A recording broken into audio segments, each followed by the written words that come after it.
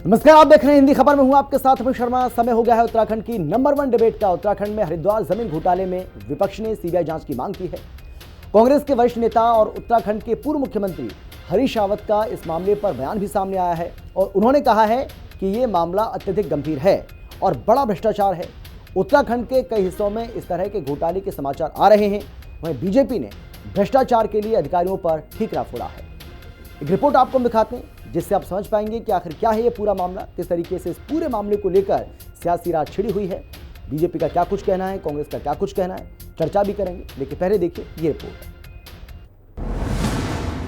हरिद्वार जमीन घोटाले में सीबीआई जांच की मांग। कांग्रेस ने बताया अत्यधिक गंभीर मामला। मामले में अधिकारियों पर गिरी गाज। सफेद पोश का क्या होगा, बोले हरीश रावत। हरिद्वार जमीन घोटाले में विपक्ष ने सीबीआई जांच की मांग की है। कांग्रेस के वरिष्ठ नेता हरीश रावत का कहना है कि भूमि घोटाले की जांच या तो जज की देखरेख में कराई जाए या उच्च स्तरीय एसआईटी गठित हो या फिर सीबीआई से मामले की जांच कराई जाए। जो भी जांच हो वो कोर्ट की देखरेख में होनी चाहिए। हरीश रावत ने आरोप लगाया और कहा कि एक बात शर्तिया है कि ऐसा खुला घोटाला 1, 2, 3 अधिकारी नहीं कर सकते। उन्होंने आरोप लगाया कि राजनीतिक संरक्षण या संलिप्तता दोनों में से एक जरूर है। मामला पचाने लायक नहीं है, इसलिए अधिकारियों पर गाज गिरी है। मगर सफेद पोशों का क्या होगा? जिसका शासन होता है उसकी जिम्मेदारी होती है अधिकारियों पर कंट्रोल रखना।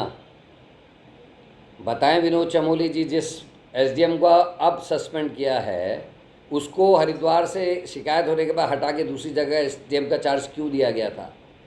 अभी भी जिस डीएम को निलंबित किया गया है उसको क्यों अटैच किया गया है सतर्कता विभाग से और दूसरे विभाग से, कार्मिक विभाग, जिसमें सारे अधिकारी कर्मचारियों के हित जुड़े हैं। सतर्कता विभाग, कोई भी इन्वेस्टिगेशन होगी, कुछ भी होगी, सतर्कता विभाग की देखरेख में होगी। क्यों उससे अटैच किया गया? क्योंकि वो प्रभावित कर सके, उसको मौका दे रहे हैं। और मियाँ भाई कोतवाल तो डर कहेगा। और चमोली साहब तो खुद कई बार बहुत अच्छी बातें करते हैं। उन्होंने स्मार्ट सिटी में घोटालों को भी उठाया, तो इसमें क्यों घबरा रहे हैं, क्यों सरकार का पक्ष ले रहे हैं? मंत्री पद खाली है हम जानते हैं, लेकिन मंत्री पद खाली होने का ये मतलब नहीं है कि गलत कामों का भी साथ दिया जाए। मुझे उचित नहीं लगता। और वो अच्छे व्यक्ति हैं, मुझे लगता है कि कहीं शायद उनको पूरी जानकारी ना रही हो। तो आप ये मानते हैं कि सफेद पोश नेताओं के संरक्षण निश्चित ही इसमें कोई ना कोई भूमाफिया और सफेद पोश नेताओं के संरक्षण के बिना ये नहीं हो सकता। इस मामले पर बीजेपी विधायक विनोद चमोली ने पलटवार किया और कहा कि सफेद पोश नेता भ्रष्टाचार कर ही नहीं सकता। बीजेपी विधायक ने भ्रष्टाचार का सारा ठीकरा अधिकारियों पर फोड़ दिया। विनोद चमोली ने कहा कि लोक सेवक ईमानदार हैं, सफेद पोश भ्रष्टाचार कर ही नहीं सकता। लोक सेवकों को सही काम करने की जरूरत है जो भ्रष्टाचार का रास्ता खोलते हैं। अगर अधिकारी अपनी जिम्मेदारी ठीक प्रकार से निभा रहा है तो मेरा इतना अनुभव है, मैंने भी प्रशासन चलाया है, कोई भी सफेद पोश भ्रष्टाचार नहीं कर सकता। अगर लोक सेवक अपना काम सही प्रकार से कर रहा हो तो कोई भी, फिर बोल रहा हूँ इस बात को, कोई भी सफेद पोश भ्रष्टाचार नहीं कर सकता। तो सबसे पहले इन लोक सेवकों को ठीक होने की आवश्यकता है जो भ्रष्टाचार का रास्ता खोलते हैं। तो मेरा आज भी ये कहना है, राजनीतिक व्यक्ति के लिए तो फिर भी 5 साल बाद एक ट्रायल है, क्योंकि वो चुनाव में जाता है और जनता जिसको भ्रष्ट मानती है उसको हटा देती है, क्योंकि एक ऑप्शन है।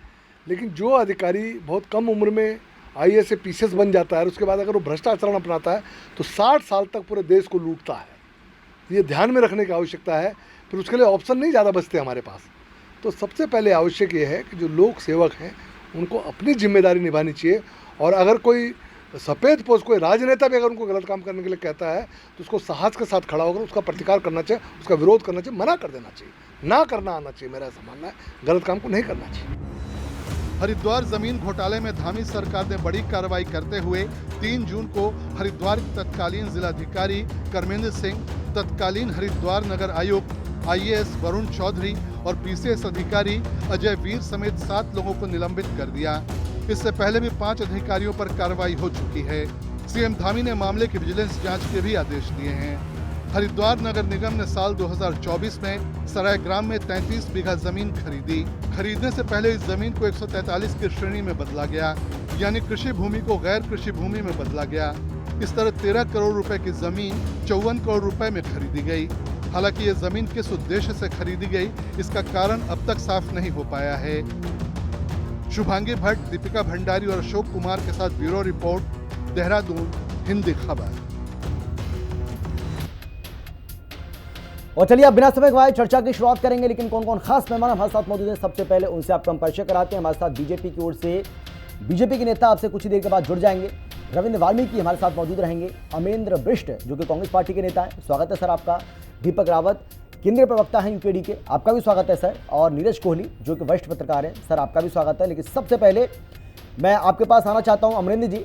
सवाल मेरा आपसे है, मैं आपसे ये जानना चाहता हूं सर कि ये जो सीबीआई के ऊपर इतना भरोसा अब आपको हो रहा है, क्योंकि आप कह रहे हैं कि इस पूरे मामले की, जमीन घोटाले की सीबीआई जांच होनी चाहिए, तो सीबीआई पर यह भरोसा आपका लगातार बढ़ता क्यों जा रहा है? मैं बार बार ये सवाल आप लोगों से करता हूं कि भाई आप ही लोग तो हैं जो सीबीआई पर सवाल खड़ा करते हैं, आप ही लोग तो हैं जो बार बार आप ये कहते हैं कि सीबीआई तो सरकारी तोता है।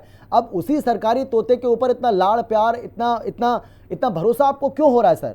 कभी आप कहते हैं कि एसआईटी से इस मामले की जांच होनी चाहिए, एसआईटी गठित होनी चाहिए, कभी आप कहते हैं कि भाई हाई कोर्ट के सिटिंग जज की निगरानी में इस पूरे मामले की जांच होनी चाहिए, क्योंकि सरकार तो ये दावा कर रही है कि कार्रवाई हमने कर दी है, और विजिलेंस जब जांच कर रही है तो फिर ऐसी मांग की ये बात उठ क्यों रही है? ये क्या जायज़ है? अमित भाई आप बताइए क्या करें जी। ये जो जिन संस्थाओं के लिए आप कह रहे हैं कि हम इनसे जांच की मांग क्यों करें, तो क्या इनसे जांच की मांग ना करें? करनी पड़ेगी ना। जो संस्थाएं जांच संस्थाएं हैं उनके वो किस रूप में जांच करती हैं। अब चूंकि विजिलेंस कर रही है, अभी कुछ समय पहले मंत्री गणेश जोशी जी का एक मामला आया कि आय से अधिक संपत्ति का मामला आया। विजिलेंस ने तो कहा कि हम कैबिनेट से उन्होंने इजाजत मांगी इस बात के लिए कि भाई हमको फलाना मंत्री के खिलाफ जो है जांच करने का जांच करने की परमिशन दीजिए, लेकिन क्या धामी जी की सरकार ने वो परमिशन दी? नहीं दी ना। तो यहीं से मंशा बिल्कुल स्पष्ट हो जाती है कि भ्रष्टाचार को लेकर के विजिलेंस और जो राज्य सरकार के अधीन जो जांच एजेंसियां हैं वो उनके हाथ बंध जाते हैं। तो ऐसे में हम ये मांग कर सकते हैं कि भाई सीबीआई से जांच करा लीजिए, उच्च स्तरीय कोई रिटायर्ड जज से जांच करा लीजिए, कि कहीं एक उम्मीद ऐसे में बसती है, क्योंकि राज्य की जो सरकार है उनके अधीन जो संस्थाएं हैं वो तो उसमें जांच कर ही नहीं सकते। देखिए विनोद चमोली जी ने कितनी महत्वपूर्ण बात कही। उन्होंने कहा कि अगर जो लोक सेवक है अगर वो सही है तो घोटाला हो ही नहीं सकता। मैं भी इस बात से सहमत हूँ। निश्चित तौर पर अगर जो नौकरशाह है वो सही है तो कोई राजनेता उनसे घोटाला करा ही नहीं सकता। लेकिन इस राज्य में इतने घोटाले हो क्यों रहे हैं? इसका मतलब उनके ऊपर जो राजनेता हैं, जो सफेद पोश हैं, वो हावी हैं, और जो सफेद पोशों के दबाव में वो काम कर रहे हैं, सफेद पोश उनसे काम करा रहे हैं। अब चूंकि कलम तो अधिकारी की फंसती है, काम कोई भी घोटाले का काम होगा उस पर अधिकारी की कलम फंसेगी। अब इस मामले में भी जो ये अभी आपने बताया कि 13 करोड़ की जमीन को 56 करोड़ में बेच दिया, 54 करोड़, तो इसमें जमीन 54 करोड़ में बेच दिया, तो इसमें कलम चूंकि अधिकारियों की फंसी है, तो अगर अधिकारियों की फंसी है तो इसलिए उन पर गाज गिरी है। राजनेता का तो कहीं नाम आता नहीं है, इवन मंत्री का भी यहाँ नाम आता नहीं है। और विशेष परिस्थितियों में यदि मंत्री का नाम आ भी गया नहीं, तो लेकिन आप लोगों को ऐसा क्यों लगता है, कांग्रेस पार्टी को ऐसा क्यों लगता है कि इस पूरे मामले का सीबीआई दूध का दूध और पानी का पानी कर सकती है? जो सफेद पोश जिनका आप जिक्र कर रहे हैं वो जद से बाहर है, वो भी जद में आ जाएंगे। देखिए अंधेरे में दिया कोई ना कोई तो जलाएगा। अब हमने विजिलेंस की कार्रवाई को देख लिया, अभी पिछले साल की बात है, 1 साल भी पूरा हुआ नहीं है। उन्होंने यदि कोई कार्रवाई की और उसकी इजाजत उन्होंने कैबिनेट से चाही, तो क्या कैबिनेट ने भ्रष्टाचार को लेकर के उस मामले में उनको इजाजत दी?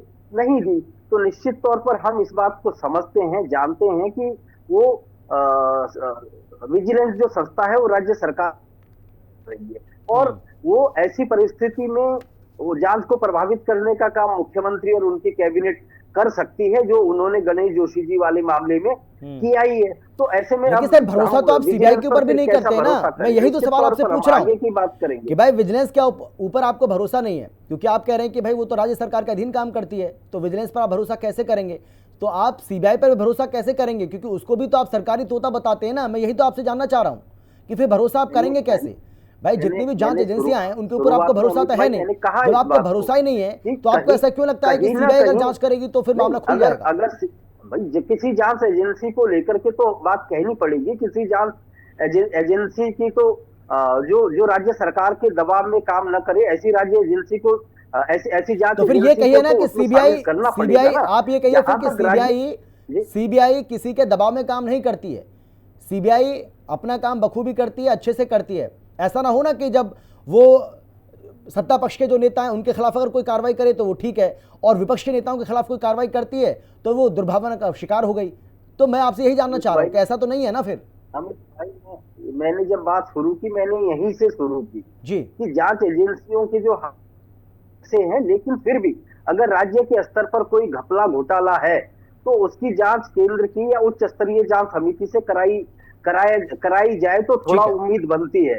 अगर राज्य की सरकार को लेकर के राज्य की ही एजेंसी जांच करेगी तो उसमें दबाव की स्थिति रहती है। निश्चित तौर पर सीबीआई और जो उस तरीके की एजेंसियां हैं जो थोड़ा सा ये उम्मीद कर सकते हैं, भरोसा कर सकते हैं कि ठीक है, हो सकता मैं समझ है गया कि सर आपकी बात। कुछ लेकिन रविंद्र काम करे। वाल्मीकि जी, जब करप्शन के खिलाफ अगेंस्ट करप्शन आपकी जीरो टॉलरेंस की पॉलिसी है और कांग्रेस पार्टी या यूकेडी अगर ये मांग कर रहे हैं कि भाई इस पूरे मामले की सीबीआई जांच होनी चाहिए, जिससे दूध का दूध और पानी का पानी हो, वो सफ़ेद पोश कौन लोग हैं जिनको बचाया जा रहा है, जिनको लेकर शक पैदा किया जा रहा है, तो उसमें आपको दिक्कत क्या है? तो क्या उम्मीद करें कि आने वाले समय में इस मामले की सीबीआई जांच होगी? रविंद्र जी, आवाज आ रही है आपको मेरी? सुन पा रहे हैं आप? रविंद्र जी, मेरी आवाज आप तक पहुंच पा रही है क्या? सुन पा रहे हैं आप? चलिए, लगता है उन तक मेरी आवाज नहीं पहुंच पा रही है। लेकिन दीपक जी, आप सुन पा रहे हैं क्या मुझे? आपको मेरी आवाज आ रही है? बिल्कुल अमित जी, आपकी आवाज आ रही है। दीपक जी, मैं आपसे यही जानना चाह रहा हूं कि भाई जब भी किसी भी विपक्षी नेता के खिलाफ, कोई भी विपक्षी नेता है, अगर उसके खिलाफ कोई कार्रवाई होती है, अगर सीबीआई जांच करती है, ईडी जांच करती है, आईटी जांच करती है, तो आप ही लोग सवाल खड़ा करते हैं ना। तो मैं आपसे यही जानना चाह रहा हूं कि अब सीबीआई के ऊपर आपको इतना भरोसा क्यों हो रहा है? देखिए, जो बात कांग्रेस ने कही है उसका सीधा अर्थ ये निकलता है कि जो राज्य की जो एजेंसियां हैं, जांच एजेंसियां हैं, उसके ऊपर से हमारा जो विश्वास है वो उठ चुका है। एक थोड़ा बहुत जो इकबाल बचा हुआ है वो केंद्र की एजेंसी सीबीआई के ऊपर भी बचा हुआ है। शायद इसीलिए वो विपक्ष जो है वो मांग कर रहा है कि ऐसी जितनी भी जांचें हैं उनको सीबीआई के थ्रू करानी चाहिए। पर अमित जी, मैं आपका ध्यान एक दूसरी तरफ दिलाना चाहूंगा जी। जो बात चमोली जी ने बोली है, विनोद चमोली जी ने बोली है कि सफेद पोस्ट बिना लोक सेवक के भ्रष्टाचार कर ही नहीं सकता, तो वो उसका मतलब वो ये कहना चाह रहे थे कि चाहे वो उत्तराखंड हो या तमाम राज्य हो या पूरे प्रदेश पर राज्य में हो या पूरे देश में हो, यदि कहीं पर कोई भ्रष्टाचार होता है तो ये दोनों ही सिक्के के दो पहलू हैं। एक पहलू में लोक सेवक है, दूसरे पहलू सिक्के के दूसरे पहलू में आपका सफेद पोश है। बिना इन दोनों के कोई घोटाला हो ही नहीं सकता। ये तो एक तरीके से उन्होंने स्वीकृति कर दी है और वो स्वीकृति दे दी है। इसको इस तरह से समझिए आप, वो कहना बिल्कुल सबक कह सके है कि सफेद पोश बिना लोक सेवक की मदद से घोटाला नहीं कर सकता और लोक सेवक बिना सफेद पोश के घोटाला नहीं कर सकता। वो तो स्वयं इस बात को स्वीकार कर चुके हैं। तो अब अगर इस राज्य में जितने भी घोटाले हुए हैं तो इससे एक चीज स्पष्ट है कि यदि कोई लोक सेवक पकड़ा गया है तो उसके पीछे कोई सफेद पोश भी जरूर है। और यदि कोई सफेद पोश है जिसने घोटाले किए हैं, आय से अधिक संपत्ति के मामले उसके पर चलने वाले हैं भविष्य में, तो उसी में यहाँ पर है कि बिना लोक सेवक की मदद से वो इतनी आय से अधिक संपत्ति नहीं बना पाया या बना पा रहा है। तो ये तो भ्रष्टाचार में स्पष्ट हो गया है कि आज समझ में आ जा रहा है कि ये जो भ्रष्टाचार है राज्यों का स्तर का हो या राष्ट्रीय स्तर का, बिना इन दोनों की मिली भगत के भ्रष्टाचार हो ही नहीं सकता। एक तरीके से जो गठबंधन, मैंने आपको एग्जांपल दिया, नहीं, मैं आपसे जानना चाह रहा हूँ, मैं आपसे ये जानना चाह रहा हूँ दीपक जी कि भाई सरकार ऐसा तो है नहीं है कि मामले को दबा रही है। भाई सरकार ने जांच करवाई इस पूरे मामले की, सरकार ने जांच बिठाई, जैसे जांच रिपोर्ट सामने आई उसके बाद कार्रवाई भी की गई है। आपको पता है कि बड़े बड़े अधिकारी इसमें नपे हैं। तो मेरा सवाल आपसे यह है कि आपको ऐसा क्यों लग रहा है कि सरकार इस मामले को दबाने की कोशिश कर रही है, या क्योंकि अब विजिलेंस के हवाले इस पूरे मामले को कर दिया गया है कि विजिलेंस इसकी जांच करेगी, आप उस पर भी भरोसा नहीं कर पा रहे हैं। तो भाई अगर सरकार को दबाना होता तो सरकार फिर इसलिए इसकी जांच ही क्यों कराती? जांच ही नहीं बिठाती ना सरकार। भाई जांच भी तो सरकार ने कराई। अमित जी, मैं सिर्फ आपसे जानकारी लेना चाहता हूं, क्या जिस जिस विधानसभा की ये घटना है, क्या उस विधानसभा के जो विधायक है उन्होंने शिकायत पत्र डाला? मैं आपसे फिर पूछना चाहता हूं, क्या जिस संसदीय क्षेत्र जिसके अंतर्गत ये आता है, क्या वहां के सांसद जो रहे हैं, चाहे भारतीय जनता पार्टी के मौजूद वही थे, तो क्या उनके द्वारा ये जांच बैठाई गई, उनके द्वारा ये एप्लीकेशन डाली गई? तो मैं आपसे ये जानना चाह रहा हूं कि क्या जैसे मामला उजागर हुआ, क्या सरकार ने इस मामले को दबाने की कोशिश की? क्या सरकार ने इस पर जांच नहीं बिठाई? और जैसे जांच रिपोर्ट सामने आई तो क्या सरकार ने उसके बाद कार्रवाई नहीं की? देखिए अमित जी, यही चीज जब यहाँ पर जल जीवन मिशन में घोटाला, जब विपक्ष ने बोला, सरकार ने कहा किसी प्रकार का कोई घोटाला नहीं है, और जब जांच हुई तो पता चला बहुत बड़ा घोटाला पूरे प्रदेश स्तर में हुआ है। तो यही तो कह रहे हैं। और एक और उदाहरण, चलिए मान लीजिए, हम चमोली जी की बात को आगे बढ़ाते हैं, सिर्फ मुझे 30 सेकंड दीजिएगा। हमारे पूर्व मुख्यमंत्री त्रिवेंद्र सिंह रावत जी और वर्तमान विधायक चक्रता के हमारे मुन्ना सिंह चौहान जी वीडियोग्राफी करते हुए कहते हैं कि यहाँ पर अवैध खनन हो रहा है। अब आप मुझे सिर्फ इतना बता दीजिए, अगर मैं चमोली जी की बात को आगे बढ़ाता हूं तो बिना लोक सफेद पोष के वो खनन माफिया नहीं कर सकता, बिना लोक सेवक के वो खनन माफिया काम नहीं कर सकता। तो अब मैं आपसे ये पूछूं कि वो सफेद पोष कौन है जिसके अंतर्गत वो खनन मंत्रालय आता है? क्या मैं मानूं कि उनकी मिली भगत है?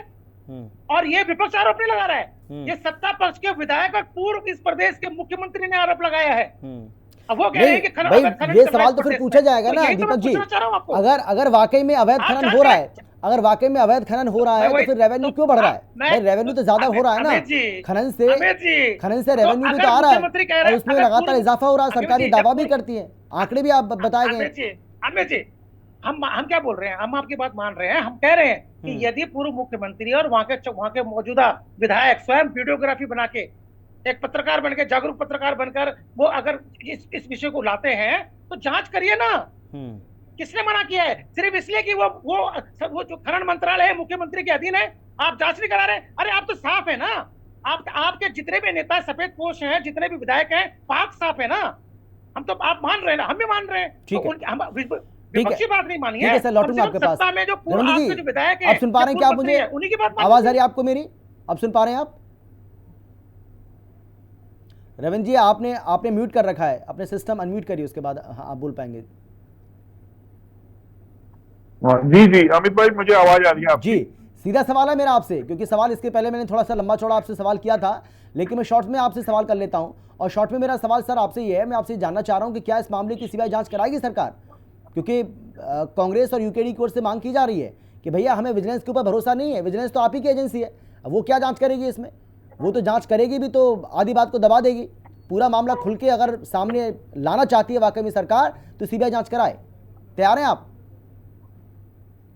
देखिए अमित भाई, पहले तो मैं आपके चैनल के माध्यम से बता दूं कि जिस प्रकार से माननीय धामी जी के नेतृत्व में ये ऐतिहासिक सरकार चल रही है, उसके ऐतिहासिक फैसले, जीरो टॉलरेंस की सरकार के कारण ही आज ये संभव हो सका है कि आज पूरे प्रदेश भर में जहां नकल माफियाओं का गैंग हुआ करता था, एक पूरा इसका सिस्टम बन गया था, इकोसिस्टम था, उस सिस्टम को जिस प्रकार से क्रैश किया, एक ताकत के साथ, एक हिम्मत के साथ, देश का सबसे मजबूत नकल विरोधी कानून कराया, उसी का कारण है आज हमारे प्रदेश में लगभग 27,000 से ज्यादा बच्चे योग्यता के अनुसार पदों पर नौकरी पा सके। आज 200 से ऊपर कर्मचारी, अधिकारी, वह लोग जो भ्रष्टाचार में लिप्त थे, उनको रंगे हाथों पकड़ने का काम किया, तो इस धामी सरकार ने काम किया है। मैं चैनल के माध्यम से एक बात और बताऊंगा, एक पहला इतिहास में उदाहरण है कि जब 12 लोगों की एसडीएम स्तर, आईएएस स्तर के अधिकारियों को एक साथ निलंबित करने का कार्य अगर किया है तो धाकड़ धामी द्वारा किया गया है। देखिए, इनका काम सिर्फ विपक्ष का काम उलझाने का, इन्हें ना तो किसी देश की, प्रदेश की, किसी भी जांच एजेंसी पे इन्हें कतई भरोसा नहीं। इनका भरोसा, देखिए विपक्ष का भरोसा, सीबीआई जांच से आपको परहेज क्यों है? अगर ये लोग मांग कर रहे हैं, देंगे, ये उन पे भरोसा, अगर ये लोग मांग कर रहे हैं तो सीबीआई जांच से आपको परहेज क्या है? मैं ये जानना चाह रहा हूं आपसे, क्या दिक्कत है उसमें? नहीं, अमित भाई, आप मुझे बताइए, सीबीआई जांच की जरूरत जब पड़ती है जब आंखें बंद कर लेता है, कैमरे के सामने, जब अधिकारियों के सामने जब कहते हैं कि मैंने आंखें बंद कर लिया, आप जो मर्जी करिए, मेरी सरकार नहीं गिरनी चाहिए, तो जांच की आवश्यकता वहां पड़ती है। यहाँ जांच आप मुझे बताइए, कोई एक एंगल आप मुझे बता के दिखाइए कि इस एंगल के कारण इस जांच को होना चाहिए। नहीं, वो कह रहे हैं ऐसे अधिकारियों को भाई, एंगल तो वो खुद ही दे रहे हैं। वो तो कह रहे हैं, घोटाला, वो कह रहे हैं भाई वो सफेद पोश कौन है, वो सफेद पोश जो लोग हैं वो भी तो बेनकाब होने चाहिए, वो भी तो बेपर्दा होने चाहिए। सरकार उनको बचाने का काम कर रही है। उनका ये कहना है कि बिना राजनीतिक संरक्षण के इतना बड़ा घोटाला हो ही नहीं सकता। नहीं, देखिए मैं वही बताना चाह रहा हूँ, राजनीतिक संरक्षणों में घोटाले होते थे, वो दौर चला गया। वो 10 साल 12 साल हो गए, 11 साल जिस प्रकार से ऐतिहासिक सरकार का इस समय माननीय मोदी जी के नेतृत्व में हम मना रहे हैं, ये सब पुरानी बातें हैं जब घोटाले होते थे। अरे हरिद्वार के विधायक क्या आंख बंद करके बैठे थे? हमारे ही देश के प्रधानमंत्री और कांग्रेस के बड़े नेता कहते थे कि 1 रुपया चलता है 25 पैसे पहुंचते हैं। ठीक है, जब संसद में खड़े हो, चलिए सर ठीक है, मैं लौटता हूँ, मैं आप तीनों के पास आता हूँ। हमारे पास बजट नहीं है। ठीक है, इनके जो विधायक नहीं है, ठीक है, वही इस बात को कह रहे हैं कि लोक सेवक और जो नौकरशाह है उसके तालमेल, ये सफेद पोश और नौकरशाह के तालमेल से ही घोटाला होता है। तो नौकरशाह तो अगर पकड़े गए हैं तो इनसे ये भी पूछ लीजिए कि सफेद पोश कौन है जिनकी तरफ वो इशारा कर रहे हैं विनोद चमोली जी, उसके बारे में पूछिए। लेकिन अमरेंद्र जी वो ये भी तो कह रहे हैं ना, कुछ ऐसे भी सफेद पोश थे आपके समय में जो आंख बंद कर लेते थे और कहते थे कि ठीक है करिए, मैंने आंखें बंद कर ली हैं, वो ये भी तो कह रहे हैं, उस पर ध्यान नहीं जा रहा आपका। जिस बात को लेकर के, जिस विषय को लेकर चर्चा हो रही है उनसे ये पूछिए। अच्छा, अपनी बात अगर अपने ऊपर आई तो फिर विषय आपको लग रहा है कि विषय से भटक रहे हैं।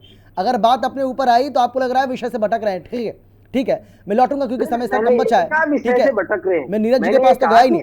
नीरज जी क्या लग रहा है आपको, इस पूरे मामले को आप कैसे देख रहे हैं और क्या वाकई में आपको लगता है कि विपक्ष की जो मांग है वो जायज है? क्या ये मामला सीबीआई को जाना चाहिए, सीबीआई को इस मामले की जांच करनी चाहिए, क्योंकि विजिलेंस पर भरोसा नहीं है विपक्ष को? अमित जी देखें कि प्रदेश में राज्य बनने के बाद से जब जिस सरकार के समय पे घोटाले हुए, विपक्ष में जो भी दल था उसने हमेशा जो है अगर देखा कि घोटाला बड़ा है और इसमें स्टेट की एजेंसी दबाव में सत्ता पक्ष के पिक एंड चूज कर सकती है जो भ्रष्ट लोग हैं, तो हमेशा ऑपोजिशन इस बात पर सवाल उठाता रहा कि भाई ये जांच सीबीआई को जानी चाहिए। लेकिन उत्तराखंड के इतिहास में पिछले 25 वर्षों में जहां तक मुझे ध्यान है, पहली सरकार जो नारायण दत्त तिवारी जी की निर्वाचित सरकार बनी थी उस समय पौड़ी डिस्ट्रिक्ट में गढ़वाल में पटवारी भर्ती घोटाला हुआ था। वो बड़ा अखबारों की सुर्खियां भी बना था और बहुत बड़ा घोटाला था वो। और उस घोटाले में तिवारी जी ने खुद जो है उसकी सीबीआई जांच की सिफारिश की थी, पहले मुख्यमंत्री थे वो, और उसमें वहां पौड़ी के डीएम पहले निलंबित हुए थे और फिर टर्मिनेट हुए थे, बर्खास्त हुए थे। वो आज तक का इतिहास है। और दूसरे जिला अधिकारी हरिद्वार के करमिंदर हैं जो इस घोटाले में सस्पेंड हुए हैं। तो अभी तक, और जो भी अभी तक जो अगर सीबीआई को कुछ जांच गई भी है तो वो हाई कोर्ट के डायरेक्शन पे गई है। इसके अलावा मेरी जानकारी में नहीं है कि उसके अलावा तिवारी जी के अलावा किसी सरकार ने, किसी मुख्यमंत्री ने किसी जांच के लिए सीबीआई की सिफारिश की हो। त्रिवेंद्र रावत जी ने NH-74 भूमि अधिग्रहण घोटाले में सदन में और सदन के बाहर भी सीबीआई किया था, लेकिन वो भी बाद में रोल बैक हो गया था, उस पर भी सीबीआई जांच नहीं हुई। अभी तक जितने भी घोटाले हुए, जो भी हुए, जो जांच एजेंसियां यहाँ बनी हैं या जो जांच आयोग बने हैं, वही जांच एजेंसियां और वही जांच आयोग जो है इन घोटालों की जांच करते हैं। बिल्कुल सर, जल्दी से मैं चाहता हूं कि इस मामले को लेकर भी थोड़ा सा आप बताएं, क्या वाकई में इसकी जरूरत लगती है आपको, क्योंकि समय मेरे पास बचा नहीं सर, जल्दी से 10 सेकंड में। मैं अमित जी ये कहना चाहता हूं कि सरकार ने अभी तक की कार्रवाई ठीक की है, लेकिन जो पिछला उत्तराखंड का इतिहास रहा है उसके अनुसार इस जांच का दायरा बढ़ना चाहिए। जो आप कह रहे हो ना, बार बार नौकरशाह की बात हो रही है और पीछे सफेद पोशों की बात चल रही है कि पीछे से खेलते हैं सफेद पोश और नौकरशाह उनके दबाव में काम करते हैं, तो इसका दायरा हमेशा बढ़ना चाहिए। अगर सच्चाई सामने लानी है तो इस जांच का दायरा जरूर बढ़ना चाहिए। बिल्कुल सर, समझ गया मैं।